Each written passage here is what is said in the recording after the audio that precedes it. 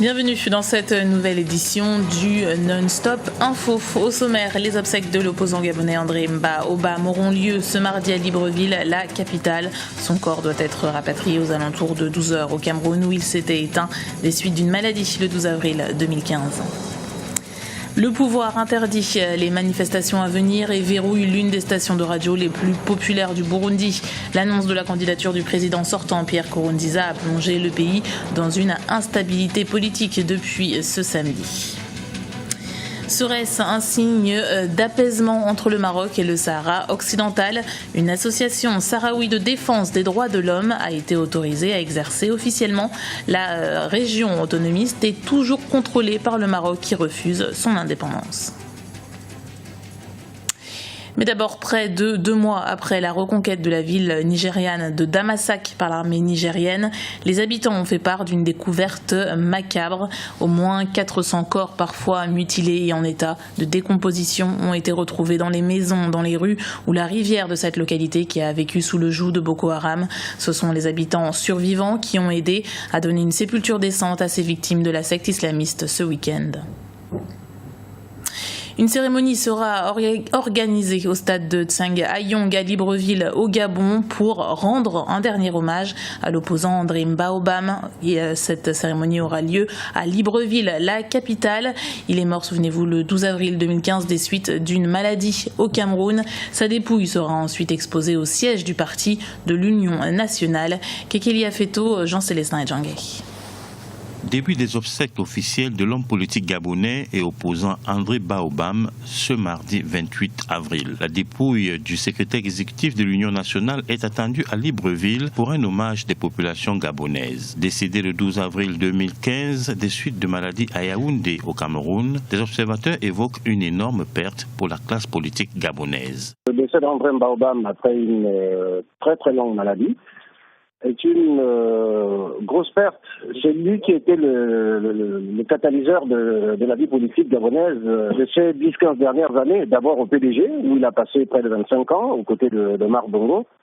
Et puis dans l'opposition, qu'il a rejointe en 2009, à la suite du décès de Omar Bongo.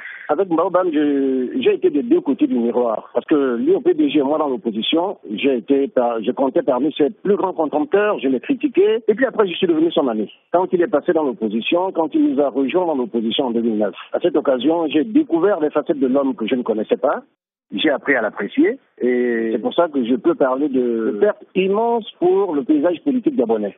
Véritable figure de proue de l'opposition, il laisse derrière lui un héritage politique immense qu'il faudra savoir gérer. Tous ceux qui ont suivi sa campagne à l'élection présidentielle de 2009 ont retenu une chose. C'était un homme qui prônait les valeurs démocratiques essentiel. Même au pire moment, quand on lui a volé sa victoire à l'élection présidentielle, à aucun moment, Mba-Obam n'a eu des mots violents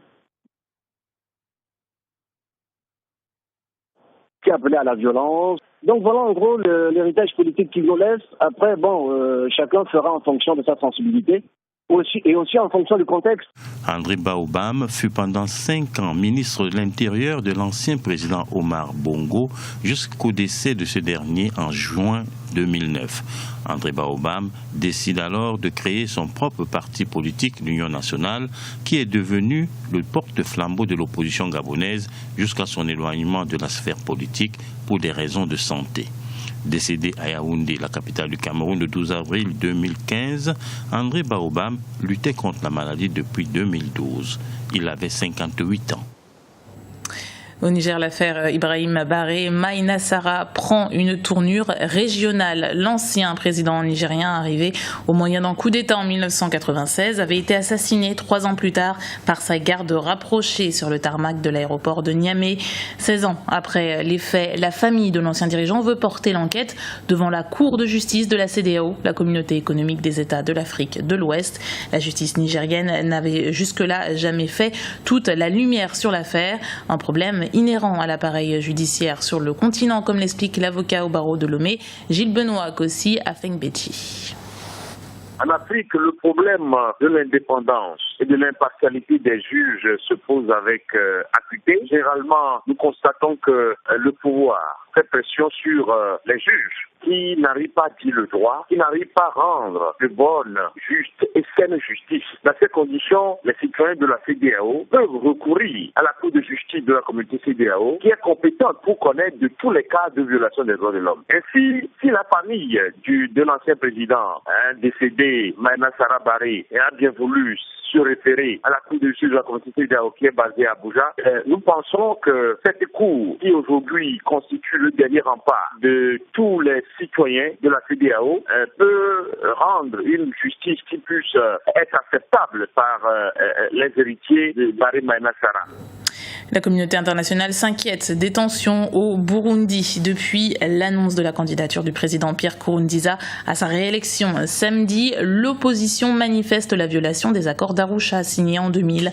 Le pouvoir a lui aussi pris ses dispositions et il a interdit de nouvelles marches et coupé la fréquence d'une radio populaire burundaise. Retour sur ces derniers jours avec Ekeli Afeto et Anne-Marie et Diaz Borges. La situation reste volatile au Burundi où les forces de l'ordre ont dispersé une nouvelle manifestation de l'opposition ce lundi 27 avril. Avant d'être dispersés, les manifestants, branches d'arbres en main pour signaler leur volonté de manifester pacifiquement, scandaient leur opposition à un troisième mandat du président Pierre Nkurunziza. Le chef de l'État a en effet été investi ce samedi 25 avril candidat du parti au pouvoir, le CNDD-FDD, à l'élection présidentielle du 26 juin. Ces manifestants disent que le parti au pouvoir veut violer la Constitution et les accords d'Arusha dûment négociés. Alors, à partir de 2026, ces organisations ont débuté ces manifestations. Et pour le moment, on signale qu'il y a des personnes qui sont déjà mortes et d'autres blessées du côté des manifestants et du côté aussi des policiers. Avant même l'investiture officielle du président Pierre Nkurunziza pour son parti, l'opposition avait annoncé qu'elle mettrait tout en œuvre pour contrer son troisième mandat. Elle appelle à présent à un redoublement de la mobilisation malgré les mesures de rétorsion. La police a depuis ce dimanche procédé à près de 200 arrestations et le gouvernement a coupé les émetteurs relais de 3 principales radios indépendantes, dont la radio publique africaine surnommée la radio des sans-voix. Elles sont accusées de favoriser l'insurrection. Observateurs et population craignent de nouveaux débordements. Le mouvement de manifestation continue jusqu'à ce que le président Nkurunziza renonce au troisième mandat. C'est ça le message de ces organisations et certains partis politiques se trouvant dans l'opposition. Ils disent qu'ils vont continuer la manifestation jusqu'à ce que le président Nkurunziza renonce à ce troisième mandat. Les tensions qui prévalent actuellement au Burundi ont des répercussions sur la région. Le nombre de réfugiés burundais au Rwanda a déjà atteint le chiffre de 17 000 ce week-end.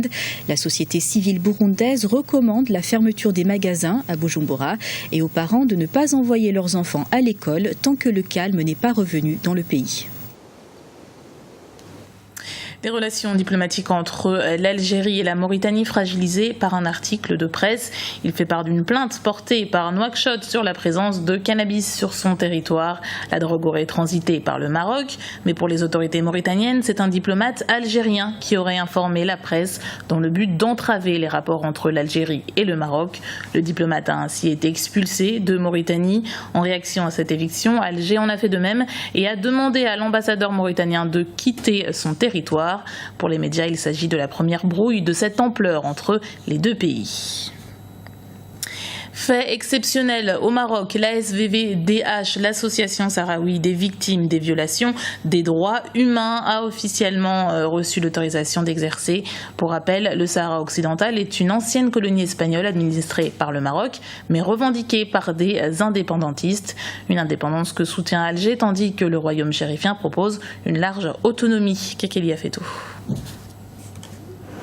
Au Maroc, une association sahraoui indépendantiste a reçu l'autorisation de mener ses activités en toute liberté sur l'ensemble du territoire national. Il s'agit de l'association sahraoui des victimes des violations des droits humains, l'ASVVDH, une première pour le royaume chérifien et qui fait suite à une recommandation émise par le Conseil national des droits de l'homme en 2013. C'est conformément aux engagements du Maroc auprès des Nations Unies. Donc la première association sahraoui a été autorisée il y a maintenant 3 semaines pour exercer au Maroc. Et d'autres autorisations sont également à venir. Donc le Maroc est déterminé à réunir toutes les conditions nécessaires pour la mise en place du plan d'autonomie des provinces du Sud. Donc tout cela dans l'esprit d'ouverture, de respect des droits de l'homme du Maroc. Si la SVVDH existe depuis 2005, elle n'est toutefois toujours pas reconnue par le ministère de l'Intérieur marocain. Pour des observateurs, cette annonce représente une première étape vers une éventuelle reconnaissance officielle. C'est une décision web qui montre que la volonté du Maroc de trouver une solution définitive en accord avec ses engagements auprès des Nations Unies est une volonté forte du Maroc, et la décision, c'est une décision importante pour donner la possibilité à tous les citoyens marocains des provinces du Sud de s'exprimer de la manière dont ils le souhaitent et dans la légalité. L'Association sahraoui des victimes des violations des droits humains n'attend plus que de recevoir des documents officiels pour exercer. Un processus de législation qui devrait s'achever dans les jours à venir. C'était le journal de la rédaction. Merci de l'avoir suivi. Retrouvez dans un instant une nouvelle édition du Non-Stop Info sur Africa 24.